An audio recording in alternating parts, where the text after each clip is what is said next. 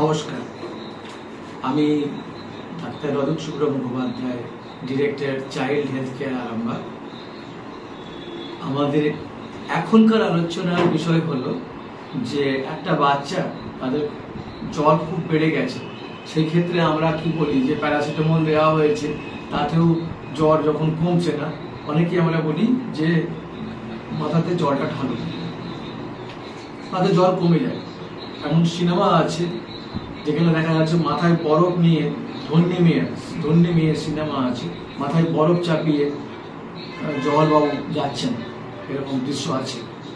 আপনাদের যারা দেখেছেন অনেকেরই হয়তো মনে থাকে। কিন্তু এখানে সায়েন্সটা বুঝতে হবে যে এর থেকে বেটার যদি স্পঞ্জিং করানো হয়। কীরকম স্পঞ্জিং? ট্যাপিড water sponging. আমি নিজে অথর্ববেদ দেখেছি পড়ে, সেইখানেও লেখা আছে জ্বর যদি খুব বেড়ে যায় গরম কুঠার জলের মধ্যে দিয়ে সেই জলটাকে উষ্ণ করে সেইটাকে দিয়ে গাটাকে মোছাতে বলা হচ্ছে। একদম বৈদিক মন্ত্রে অথর্ববেদের এইভাবেই বলা আছে, হরপ প্রকাশনী থেকে পাবলিশড। এখন এই যে স্পঞ্জিং টেকনিক, এইখানে সায়েন্সটা শুধু আমি এখানে আলোচনা করছি, টেকনিকটা জানতে গেলে তো আমাদের সঙ্গে যোগাযোগ করতে হবে। যে স্পঞ্জিং এর জ্বর কমে যাওয়ার যে সায়েন্সটা, এটা হচ্ছে ল্যাটেন্ট হিটের প্রিন্সিপালে কাজ করে। আমরা জানি যে ল্যাটেন্ট হিট মানে হচ্ছে কোনো একটা স্টেট থেকে একটা জল যখন আরেকটা স্টেটে ট্রান্সফার করে, তখন সে কিছু তাপ হয় নেয় বা ছাড়ে।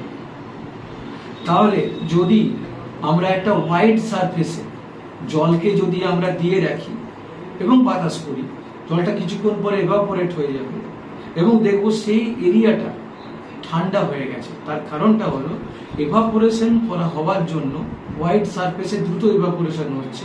এভাপোরেশন করবার জন্য সে ওখান থেকে ওই পাত্রের গা থেকে কিছুটা হিট সে নিয়েছে, তাপমাত্রা নিয়ে সে বাষ্পে পরিণত হয়েছে। তো ওই যে হিটটার নাম হলো ল্যাটেন্ট হিট। এই সেম প্রিন্সিপাল যদি আপনি শিশুর ক্ষেত্রে বা বড়দের ক্ষেত্রে ব্যবহার করেন, আমাদের স্কিনের বডির হোয়াইট সারফেস হলো আমাদের বুক থেকে পিঠ, ট্রাঙ্কাল এরিয়া অ্যান্ড পিঠ এরিয়া। সুতরাং সেখানে যদি কুসুম গরম জল, কেন ঠান্ডা জল সেটা এভাপোরেট হতে যা সময় নেবে, নর্মাল জল এভাপোরেট হতে তার থেকে কম সময় নেবে, আর গরম সে অলরেডি প্রি হিটেড হয়েই আছে, তাহলে এভাপোরেশন অটোমেটিক্যালি দ্রুত হবে।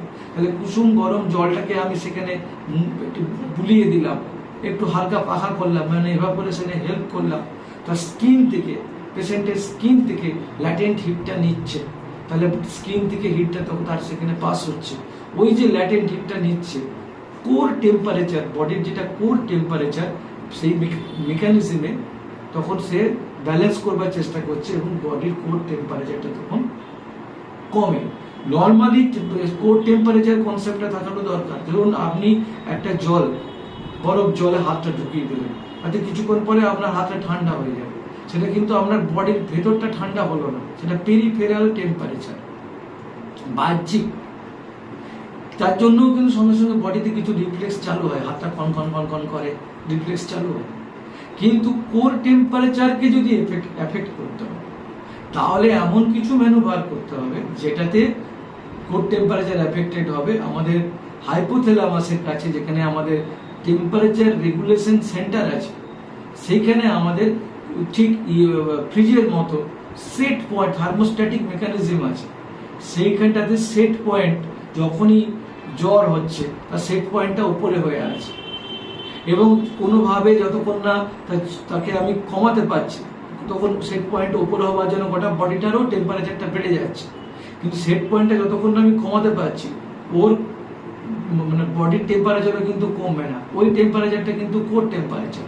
আর কোর টেম্পারেচারের কমানোর একটা রাস্তা হলো স্কিন থেকে যদি ল্যাটেন্ট হিট দিয়ে আমরা হিটটাকে সরিয়ে দিতে পারি, সেটা হচ্ছে এভাপোরেট করে, যার জন্য বাতাস করলেও আমাদের ঠান্ডা অনুভব হয়।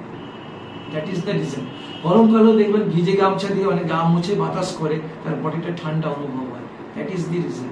যে টেম্পারেচারটা সে বডির টেম্পারেচারটা সে নিচ্ছে, তাই সে ঠান্ডা ফিল করছে। তো জ্বর কমানোর জন্য অবশ্যই কুসুম গরম জল স্পঞ্জ করে এই টেকনিক ব্যবহার করুন।